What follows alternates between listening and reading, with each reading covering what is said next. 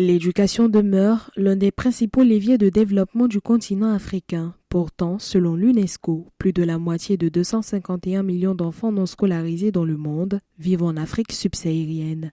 Dans ce contexte, en Côte d'Ivoire, des initiatives locales, comme la 2e édition des Sons Bébo, organisée le 22 août 2026 à Ndénou, contribuent à promouvoir la réussite scolaire et à encourager l'émergence d'une nouvelle génération de talents à travers la célébration de l'excellence.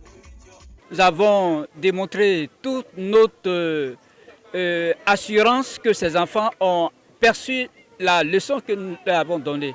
Parce que nos gestes vont au-delà de simples récompenses. C'est un message que nous leur adressons, un message de travail, de persévérance, pour que demain, ils puissent nous aider à construire Ndénou de demain. Je vois un village solidaire, un village où les cadres de ce village sont unis autour du développement, autour de l'excellence.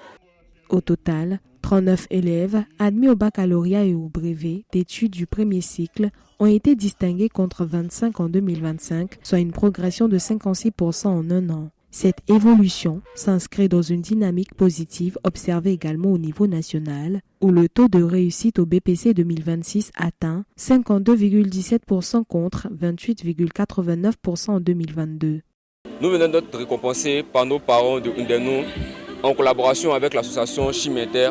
Nous leur disons merci pour cela, car à travers ces félicitations, ils nous encouragent à travailler encore plus après le bac, également pour nos camarades titulaires au BPC de travailler plus dans leur parcours.